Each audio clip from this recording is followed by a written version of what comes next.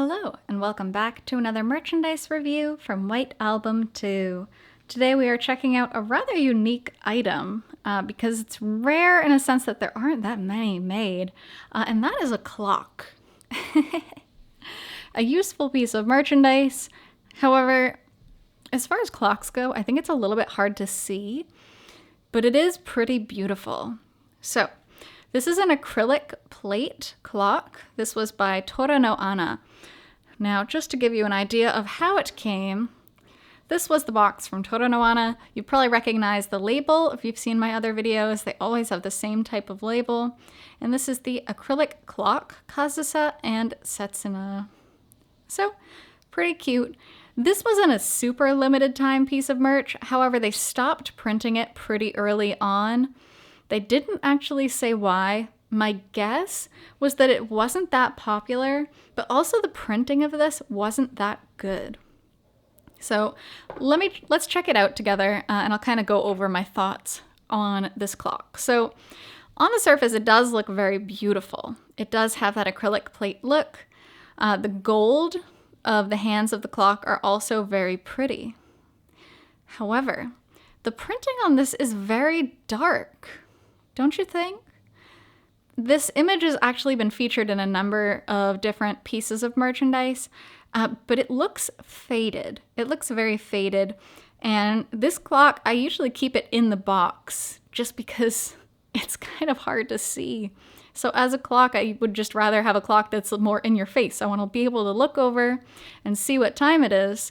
But if you hold this a little bit far away from you, right? Like this is only maybe 1.5 feet from the camera, it's hard to read what time it is, right?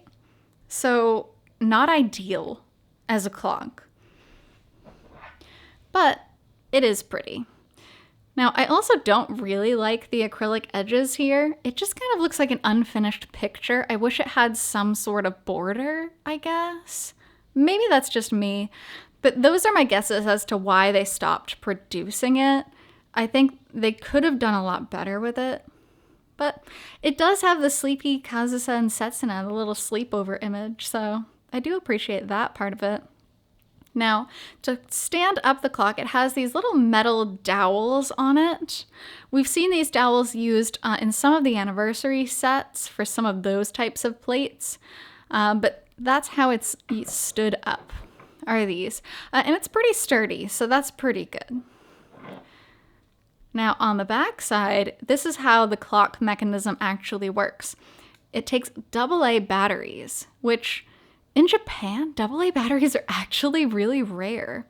Most electronics in Japan will take AAA. So a little bit harder to find, which was also just kind of an annoying thing. I don't see why. This, as you can see if I shine the light here, made in Vietnam. And produced by Rhythm Watch Company, Quartz. As far as I know, the Rhythm Watch, this is the only thing from White Album 2 which they have produced. So that's how that works. We can wind the clock using this knob here. So if we look on this side, this is how, ooh, the knob is so small. And I have relatively small fingers, I think. So that's kind of how you would change the clock.